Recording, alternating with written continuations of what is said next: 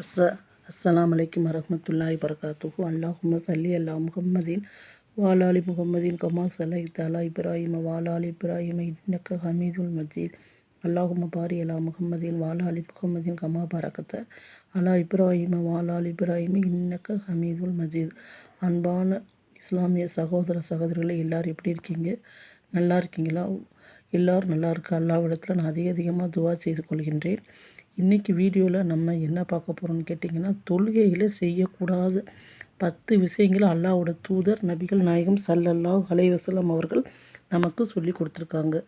அதுக்கு முன்னுக்க தொழுகைங்கிறது ரொம்பவும் இஸ்லாத்தில் ஒரு முக்கியமான கடமை. அல்லாஹ்வோட தூதர் நபிகள் நாயகம் ஸல்லல்லாஹு அலைஹி வஸல்லம் அவர்கள் மிஹராஜ் பயணம் போய் இந்த தொழுகையை நமக்காக வாங்கிட்டு வந்தாங்க. அது மட்டும் இல்லை, அல்லாஹ்வோட தூதர் நபிகள் நாயகம் ஸல்லல்லாஹு அலைஹி வஸல்லம் அவர்கள் காலத்தில் யாராவது முஸ்லீம் ஆகிட்டா அவங்களுக்கு முதல்ல சொல்லி கொடுக்குறது தொழுகையை பற்றி தான். தொழுகை ஒரு முக்கியமான ஒரு இஸ்லாத்தில் ஒரு அடிப்படை. அல்லாஹ்வுக்கு அடிப்பணிவுறது. அல்லாஹ்வோட தூதர் சொன்னாங்க, யார் 5 நேர தொழுகைகளை பேணுதலாக தொழுகிறார்களோ அவர்களுடைய சிறு பாவங்களை அல்லாஹ் சுப்ஹானஹு வ தஆலா மன்னித்து விடுகின்றான். எப்படி மரத்திலிருந்து இலைகள் உதிர்கின்றனோ அதே மாதிரி அவருடைய பாவங்களை அல்லாஹ் மன்னித்து விடுகிறான். மேலும் கூறினார்கள், தொழுகை சொர்க்கத்தோட சாவி. மேலும் தொழுகை மானக்கேடான விஷயங்களையும் வெறுக்கத்தக்க சுட்ட செயல்களை விட்டு நம்மளை பாதுகாக்குது. உங்கள் குழந்தைகளுக்கு 7 வயது ஆனவுடனே தொழுகை சொல்லிக் கொடுங்க.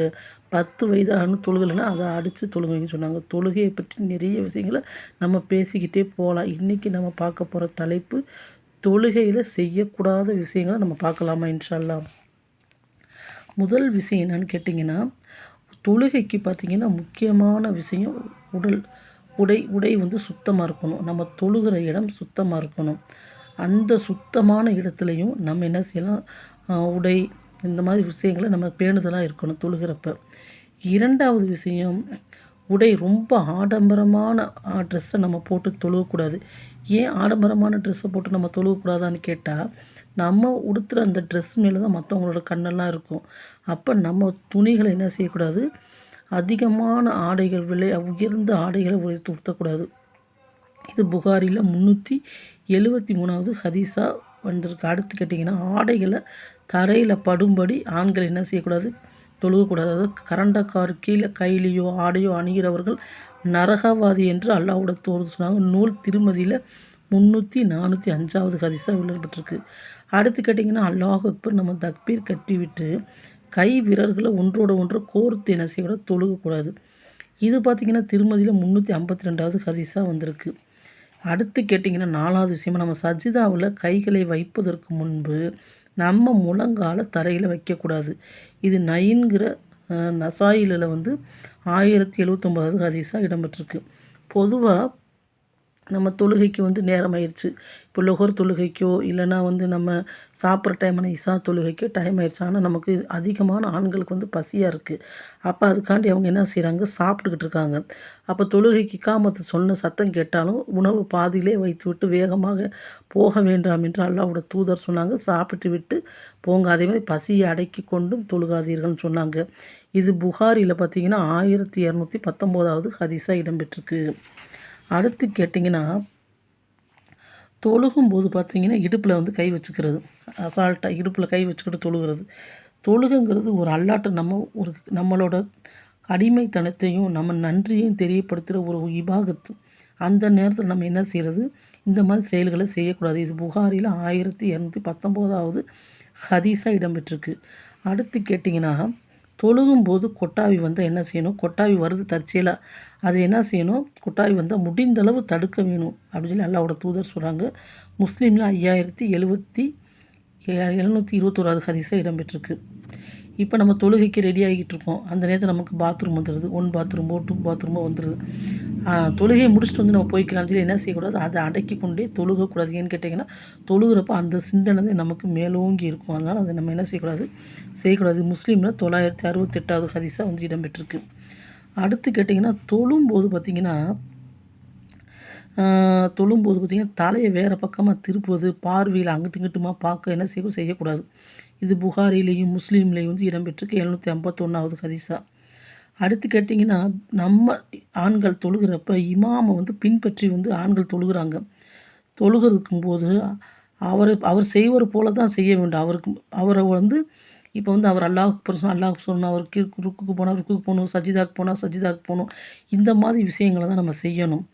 அதாவது அல்லாஹ்வுடைய தூதர் சொல்கிறாங்க, இமாமுக்கு முந்தி தன் தலையை உங்களில் ஒருவர் உயர்த்தினால் மறும நாளில் அவர் தலையை கழுதை தலையைப் போல் அல்லாஹ் ஆக்கி விடுவான். அல்லது கழுதையின் உருவத்தைப் போல் அல்லாஹ் ஆக்கி விடுவதை எவர் பயப்பட வேண்டாமா என்று நபி ஸல்லல்லாஹு கூறியதாக அபூ ஹுரைரா ரலியல்லாஹு அறிவிக்கிறார்கள். நூல் புகாரியிலே, முஸ்லீமில் 427வது ஹதீஸில் இடம்பெற்றிருக்கு. அப்போ தொழுகையில் பேணி நம்ம இந்த 10 விஷயங்களை என்ன செய்யணும், பின்பற்றி தொழுக வேண்டும். தொழுகைங்கிறது ஒரு அமுல்.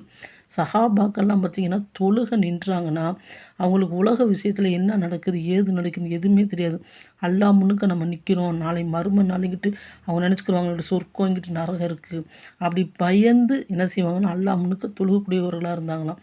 அல்லாஹ்வோட தூதர் அவங்களோட சஹாபாக்களும் தொழுகையை வந்து பேணி தொழுதாங்க. இந்த காலத்தில் பார்த்திங்கன்னா தொழுகைங்கிறது ஒரு அவசர தொழுகக்கூடியதாக இருக்குது. வேகமாக தக்பீர் கட்டி வேகமாக சஜிதாக்கு போய் வேகமாக தொழுகக்கூடியதாக இருக்குது. அப்படி அல்லாஹ் பாதுகாக்கட்டும். நிறுத்தி நிதானமாக தொழுகணும்.